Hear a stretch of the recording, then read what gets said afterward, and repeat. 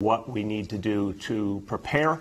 And I want to remind everybody that it is the same approach that has worked time and time again. New Yorkers looking out for each other is crucial in a situation like this. So what do we have? We have a storm that will start late tonight with heavy rains, high winds, and coastal flooding.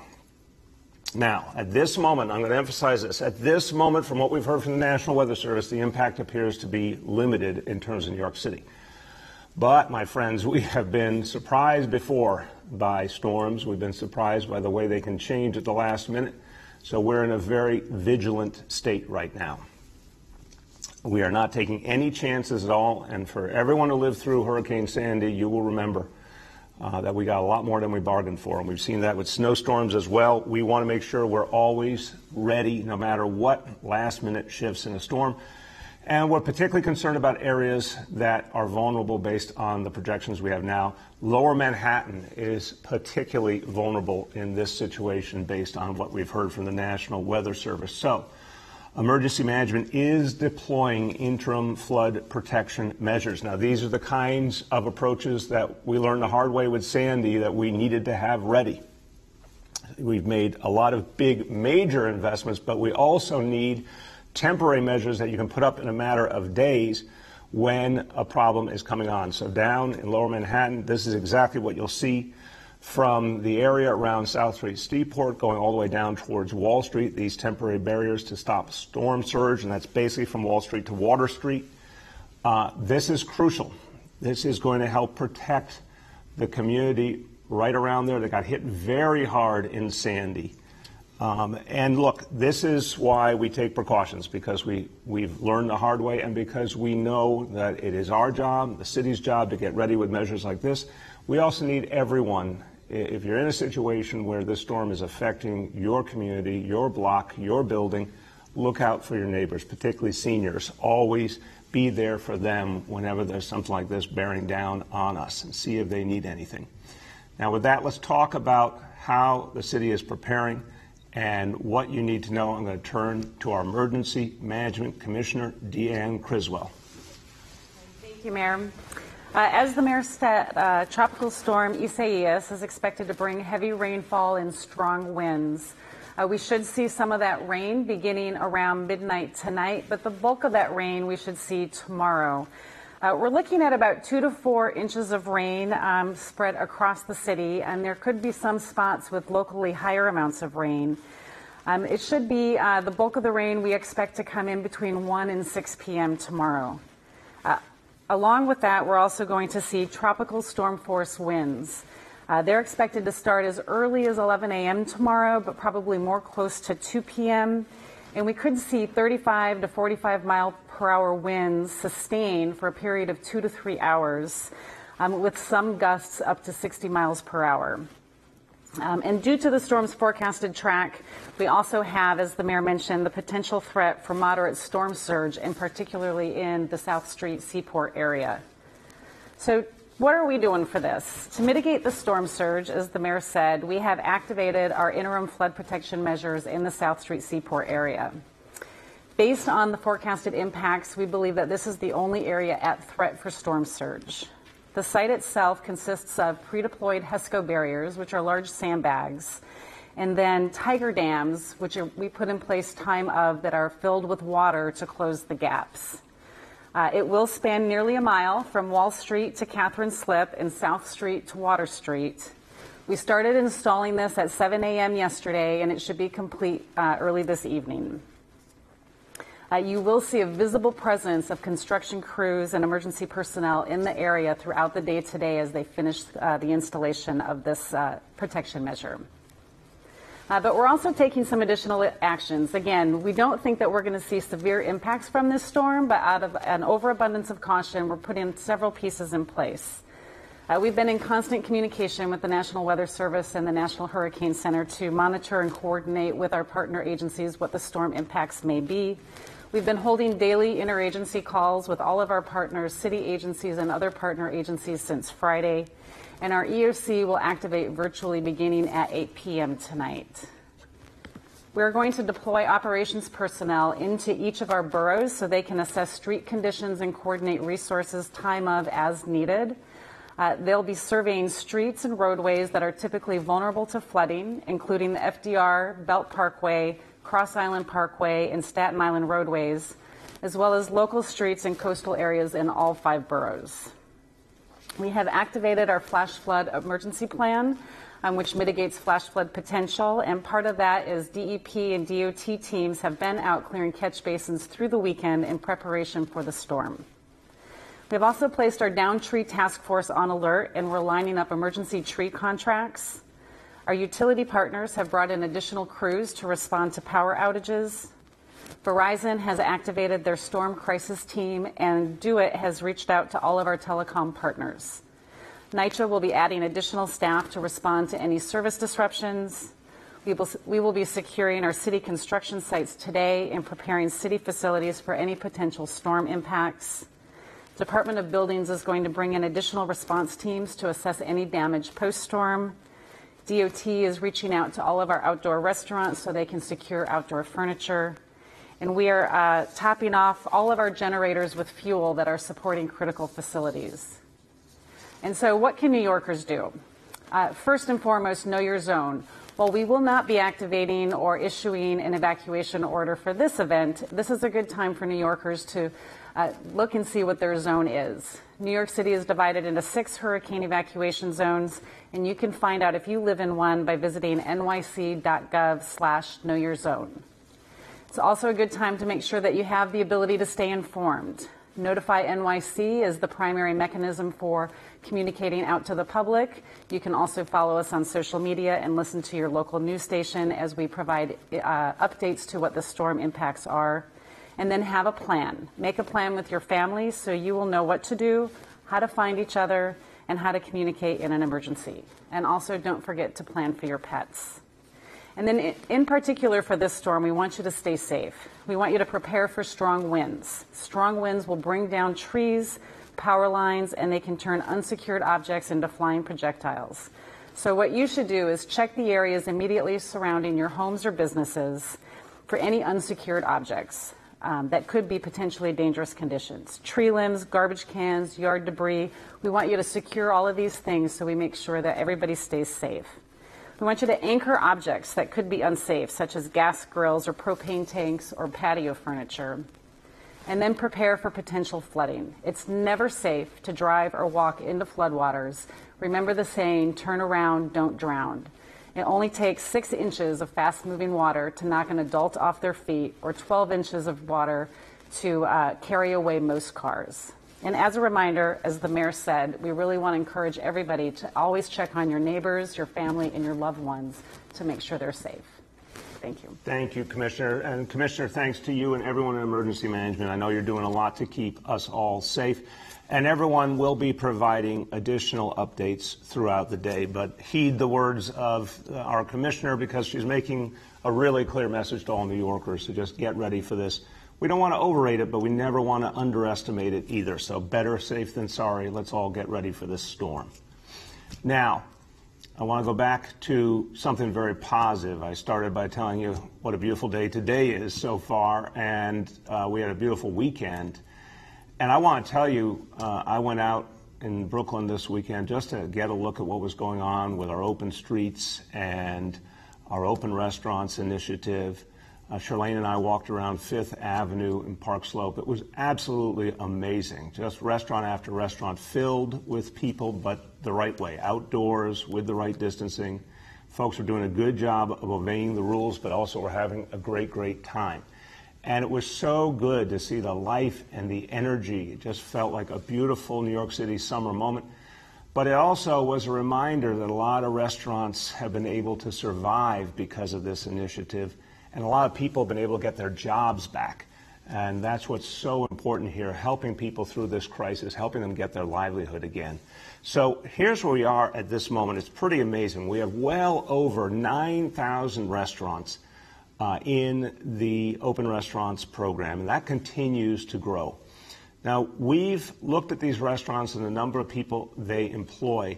so we could come up with a projection of how many jobs have been saved. And I want to tell you, just in the last few months, because of the Open Restaurants Initiative, we now estimate that over 80,000 New Yorkers have gotten their jobs back. Think what this means for their families. This means hundreds of thousands of people, by extension, getting support when they need it most, with everything going on out there, getting these jobs back, giving people a chance to handle this crisis and get through it, but also bringing back the joy and the hope we have seen with this beautiful initiative. So I want to give you more good news. The Open Restaurants Initiative, the Open Streets program has been amazing. So we're going to be doing this again next year. Look at what we have been able to achieve together to improvise something amazing.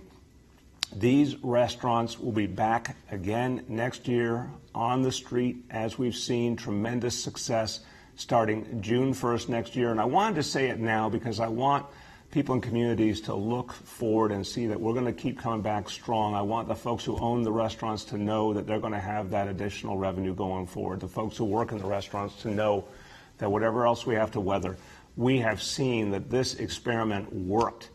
So expect to see that wonderful outdoor dining back next year. We may even extend it further earlier in the spring, but we'll start with June 1st for now. And I just want to thank everyone in the restaurant industry for the way they fought back. I want to thank all the community leaders, all the business improvement districts and civic associations, all the local precincts, everyone who's helped make this work, because it's been one of the things that's really given people hope. So thank you to everyone. Congratulations. And let's finish strong this year, but look forward to it next year, hopefully under much, much better conditions. Now, as we have continued to fight back against this disease, one of the things that we've seen is the amazing heroism of so many people. Remember those tough times in March and April, what our first responders did, what our healthcare heroes did. But remember all the people who continue to do that work and continue to fight back the disease and take care of their fellow New Yorkers. So we wanted to do something really good for more and more people to thank them. The Mayor's Fund has a wonderful initiative called the Food for Heroes program. That reached a lot of folks early on, particularly our healthcare heroes. We want to expand it. We want to provide additional free meals and love and support for the good people who work in our nursing homes, for our sanitation workers, for folks who are essential workers and often don't get enough thank yous and enough respect and appreciation. So to all those good and noble folks who take care of our elders in the nursing homes, to all the folks who keep this city clean and help us deal with whatever storms come our way at the sanitation department, thank you. And we're looking forward to getting those free meals around to make your day a little bit better. And while we're saying thank yous, a number of folks keep stepping up. And it's been a wonderful thing, despite the crisis, how many people have stepped up and wanted to help New York City. So just some thank yous today to people and organizations who really went above and beyond. I want to thank the Stavros Niarchos Foundation, Min Soon Kim and the Korean American Heritage Museum, Miller Drug Specialty Contracting, Cube Smart Self-Storage, Starbucks, and Transfix. All of them have stepped up to help New York City, and we are very, very appreciative. Let's talk about our indicators. First of all, number one, daily number of people admitted to hospitals for suspected COVID-19 threshold is 200. Today's report, 67 patients. Number two, daily number of people in health and hospitals ICUs, threshold 375. Today's report, 262. And number three, percentage of people testing positive citywide for COVID-19, threshold 15%. Today's report, once again, 1%. And that is fantastic. And that is because of your hard work and New Yorkers sticking with it so we can keep fighting back this disease. A few words in Spanish. Nuestra ciudad está preparada para la tormenta tropical Isaias. Todos los neoyorquinos se deben de preparar para fuertes lluvias y vientos y recordar de ayudar a los más vulnerables. Es importante cuidarnos unos a otros, especialmente en tiempos de emergencia. With that, let's turn to our colleagues in the media. And please let me know the name and outlet of each journalist. Hi, all. We have with us here today Commissioner Criswell, Commissioner Trottenberg, Toya Williford, the Executive Director of the Mayor's Fund to Advance New York City, and Senior Advisor Dr. Varma. With that, we will start with Marcia from CBS. Mr. Mayor, last Friday, you and the Chancellor unveiled a big program to reopen the schools come the fall. The governor and state officials have criticized it, saying it was more of an outline than a plan, and that then the unions have pushed back, saying that there's a lack of nurses, there's a lack of testing, and a whole host of other things that they object to, that they say will not keep teachers safe. What's your response to that, and how are you going to change your plan so that everybody gets on board? You know, Marcia, this plan has been worked on for months with our union colleagues, literally daily. It's the most extensive approach in the country in terms of protecting health and safety. What I announced on Friday is we will not open schools unless we are below a 3% citywide infection rate. And if we ever go above that for a 7-day period, we're going to close schools. So we're taking a very stringent approach focused on health and safety. We provide a very clear roadmap to the state, and we're going to keep providing a lot of additional information. Remember, we have 1,800 separate schools, so we'll be providing plans for each. And look, I know that step by step, we're going to continue to improve this plan. It is a big undertaking, but it's all about health and safety first. That's how we've approached it. Marcia? Mr. Mayor, also, this was a very bloody weekend, another bloody weekend of gun violence and gun shootings. And I know that there's been a constant refrain from your office about the various things that have to go into it, but then it comes down to the police. And I wonder, do you think that the police commissioner is getting the job done and being able to stop the violence, which continues apace? Unquestionably, Marcia, what you're seeing right now is Commissioner Shea and the whole NYPD making the adjustments needed for an extraordinarily difficult situation, which is based in the coronavirus crisis. It's a perfect storm. It's a perfect storm. We have people without jobs, without school, without anything, massive pent-up frustrations. A lot of our criminal justice system just hasn't been functioning. It needs to function fully again.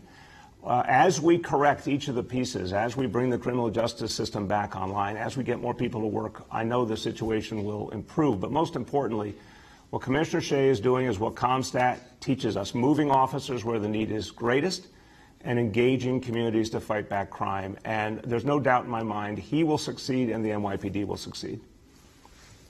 Next, we have Rich from WCBS 880.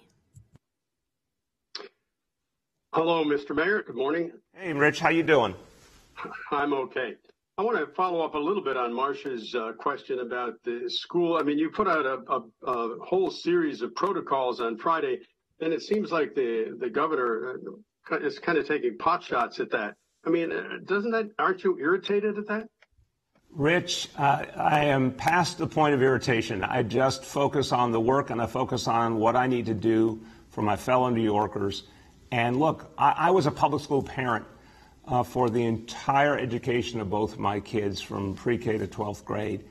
I'm thinking about the parents. I'm thinking about the kids. I'm thinking about the educators. How do we keep them safe? I know we're doing that work every day. We're putting really stringent approaches in place. And we're working with the people who represent our educators and staff to get it right. So I'm focused on the work and I'm focused on the people I serve. Go ahead, Rich. Okay, Mr. Mayor, Dr. Birx, who's, on the White House Corona staff, whatever it is now sending out warnings saying that the virus is extraordinarily widespread.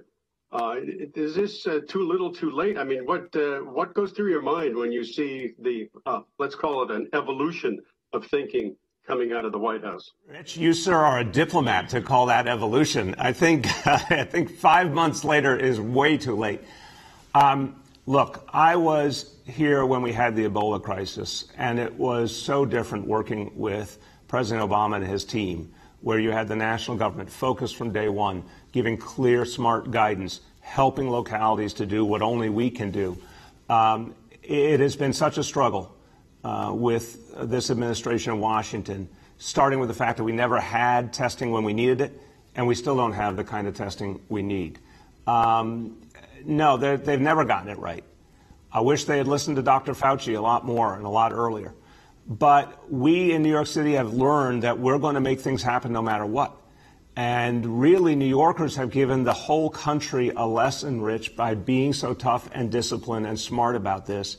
And we've proven that if you help people to realize the right way to do things, the face coverings, the social distancing, all the things we've done, that people will buy into it and make it work. And that's what New Yorkers have done. Next, we have Christopher from Gothamist and WNYC. Good morning, Mr. Mayor. First question for you is about some parties that were happening this past weekend. There was seemingly a large one underneath the Cojuco Bridge in Brooklyn, and another one on a boat that had docked in the Lower East Side. Has the health department been tracking how these parties may or may not have been impacting cases in the city? Are there many clusters linked back to large parties in New York City, and are contact tracers finding cases that link back to parties like these? Thanks for the question, Christopher. First of all, whenever we find something where people are not distancing properly, not using face coverings, gathering in too large numbers, whatever it may be, the sheriff's office has done an amazing job intervening, as have other agencies. So job one is find those things, stop them. Overwhelmingly, we've seen compliance, to be fair. Overwhelmingly, New Yorkers, including bars, restaurants, everyone has done this right. But where we see something wrong, we got to go in and stop it immediately.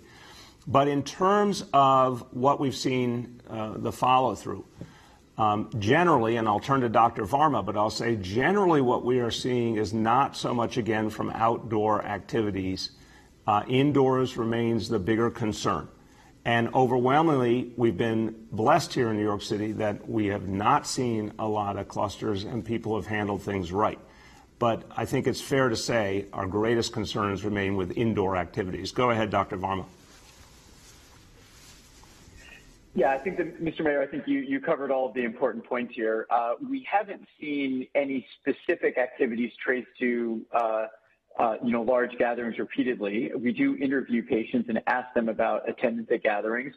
We find that, in the past few weeks, anywhere from 10 to 20% of people report being at any type of gathering that may have been a risk for this infection, but we haven't seen any large clusters specifically associated with any of these events. That said, we need to remain extremely vigilant for any types of these events, and one of the most important things New Yorkers can do is to continue to get themselves tested, even if they don't have symptoms, because it is always possible that they could acquire infection somewhere, and the sooner we can identify it, the better off we'll be. Thank you. And my second question has to do with the CCRB data that was released last weekend and that has been reported on in a few outlets. The basic takeaway is that 1 in 9 NYPD officers currently serving on the force has a documented record of misconduct. And there's 7 or 8 officers who have been found to have engaged in misconduct over and over again and have been promoted in the process. So I just wanted to get your reaction to seeing those numbers and seeing these cases. And what do you think it says? How do you feel when you see the stat that 1 out of every 9 NYPD officers has a documented record of misconduct like that? Sir, I think it's a lot more complex than that. I think that, first of all, we want that transparency. And I, for years, called for the legislature to give us the right to be transparent with these records. And we finally won that right a few weeks ago. I want that out there. But, there's a whole different range of kinds of issues you're going to see. Some very major, and the major ones and the consistent patterns need intensive follow-up, and there are certainly some people who are on the police force who shouldn't be, just like there's people in every other department in the city who shouldn't be. They are few. But when we find that, we've got to act quickly. But I don't want that to be mistaken for the fact that the vast majority of officers do their job and do it right. If they make mistakes, like every other human being, we want to address those mistakes. And a lot of those mistakes are the kind that can be addressed and are not major issues. So it really comes down to the individual case. I don't take any of this lightly, but it comes down to the individual facts of each case. Next, we have Katie from the Wall Street Journal. Hi, good morning. Happy Monday, everyone. I wanted to ask Commissioner Criswell and you, the mayor, to perhaps explain. In my basic understanding of surge incidents in New York City when it involves tropical storms, I've rarely seen one that would affect just the South Street Seaport and Lower Manhattan, and not the outer boroughs and other parts of the city, especially those on the coast. So could you explain if there is a predicted impact to places like Staten Island, the southern parts of Queens and Brooklyn, and even the Bronx up by the Long Island Sound, and what are some of the plans you're doing to prevent that flooding? Sure. I'll start and turn to the commissioner. Katie, it's a great question. Look, every storm is different, and we also know some things are eternal. Of all the parts of this city, one of the places that is the lowest, as you know, that has the greatest vulnerability and the most people and businesses is Lower Manhattan. So it really, sadly, hits a lot of different standards simultaneously. But it really depends on the individual storm, and those temporary measures and the more permanent measures, most obviously things like the Rockaway Boardwalk, are meant to be wherever we sense a danger, but some places are particularly vulnerable. Go ahead, Commissioner. It really does depend on the type of storm, and there's a lot of factors that go into it. The wind speed, the direction that the storm is coming from, the time of day. And so we take all of that information and we input it into our modeling software. And in that modeling software, it shows us the areas of inundation that we need to be concerned about. And so for this storm, the storm surge is looking to be about 1 to 2 feet as a worst case scenario. And the places of inundation really are just in the South Street Seaport area. Will we see some minor coastal flooding in some other areas? Yes, just like we do with severe thunderstorms or other types of storms. But for this particular storm, that's the area of most concern. Go ahead, Katie. My second question is about schools opening. And I had asked you this question a few weeks ago about the use of non-school space, particularly in districts that are already overcrowded. So can you give an update, just especially for parents who want to know if their child's going to be going to school in a library or some cultural institution? How many spaces have you secured, and what will that look like? Yeah, we are definitely building that out right now. School Construction Authority is all over that. We will have more to say in the coming days on that as we secure more spaces. And it really depends, obviously. We prefer spaces strongly that are very near the school because it's hard to support the ongoing effort if there's too much disconnect from the school and any kind of auxiliary space. So moving apace, we are definitely finding some spaces for that and for childcare, and we'll have much more to say on that in the coming days. Next, we have Henry from Bloomberg. Hello, Mr. Mayor. How are you doing today? Good, Henry. How you been? I'm good. The Red Sox took one on the chin yesterday. I'm surprised that you've been able to smile this morning. Yes, Henry, first of all, it's a damn good game. So as a baseball fan, I will just say I relish a good game. Also, it really helps to have pitching if you're a Major League Baseball team, which my team apparently does not have much of. But kudos to the Yankees. I think they are World Series bound from everything I can tell right now. I think the pandemic has made you a much more generous baseball fan than you have been over the past several years. It's brought peace to my soul. It's quite remarkable, really. That could be the news coming, but I doubt it. My question here is about the borrowing authority from Albany. Has there been any progress on that at all? Is that a dead issue, or is it still alive? Where does that stand? There hasn't been any immediate movement, Henry, but I think it's very much a live issue. Look, we are weeks away, tragically, just weeks away from having to follow through on what we voted on in the June budget. The council voted, and I constructed with them a budget that we hoped and prayed would not have large layoffs. And we're working very hard with our colleagues in labor to try and avert that. And we're fighting for a fair stimulus plan in Washington. But all of those things are still question marks. And I know folks in Albany are watching the situation. So I don't think it's off the table. And I think it could be one of the things we need to avert those layoffs. Go ahead. the city controller has come out with a report on the budget that's somewhat critical of the budget making. It talks about at least $500 million in risks. You've got a financial control board, which is going to be controlled pretty much by the governor. And you've got a situation where the city's credit rating is already on a negative watch. How worried are you that the state might erode some of your budget authority and that the city's credit rating might take a negative hit, which would increase our costs of borrowing?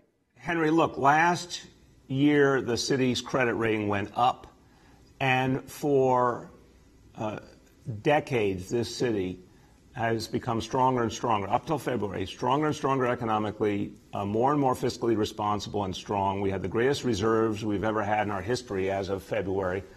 So I think in terms of the rating agencies and all, they're looking at all governments right now with concern, but ours has been one that's been particularly strong.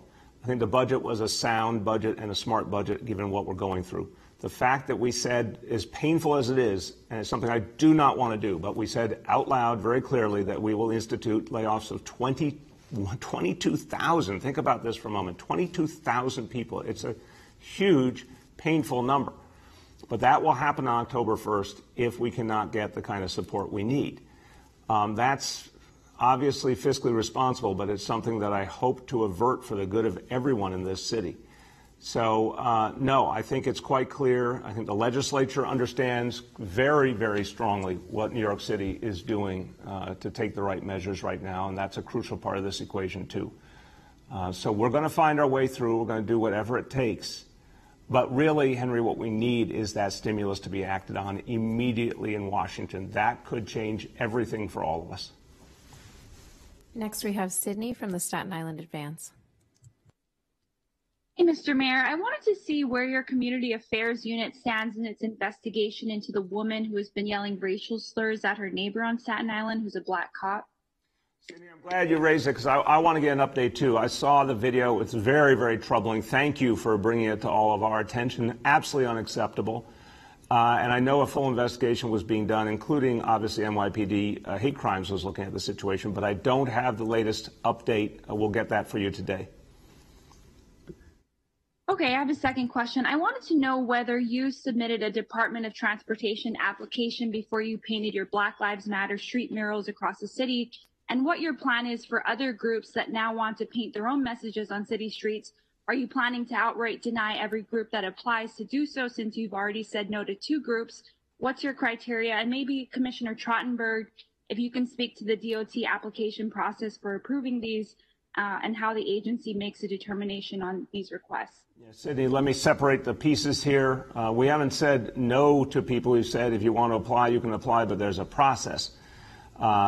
Look, the fact is that what I decided to do with the Black Lives Matter murals, and this came out of a meeting at Gracie Mansion weeks ago with community leaders and activists who said this would be such an important thing for this city to declare officially. That is something, again, transcends all normal realities because we are in a moment of history where this had to be said and done. That's a decision I made. But the normal process continues for anyone who wants to apply. Go ahead, Commissioner. Why don't you outline that?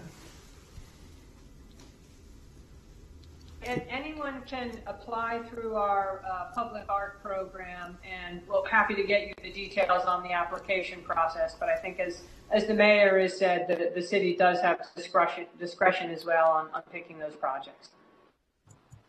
Last 2 for today. Next, we have Gersh from Streets Blog. Hello, Mr. Mayor and everyone on the call. Appreciate you taking the question. So 2 weeks ago, I asked you about the Department of Education's plan for the 150,000 students who rely on safe school buses to get them to school.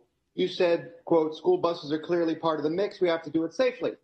But now your administration has put out a reopening plan that acknowledges that buses will only carry 1/4 of their normal capacity and that parents should drive their children to school where possible, which, as you know, is the opposite of safety, given that 6 children under the age of 12 were killed by drivers last year. So what do you think will happen to street safety if tens of thousands of parents are driving their kids to school every day? Gersh, we are dealing with a pandemic. We don't have the ability to do what we would normally do with school buses because we have to provide social distancing. This is something that will go on for a matter of months, but only for a matter of months. And this is a choice that we have to make in light of the realities we face. Go ahead. Okay, I'll ask a unrelated question then as a second one. So you talked about open restaurants, which is great that you're announcing it so early so the restaurants can plan.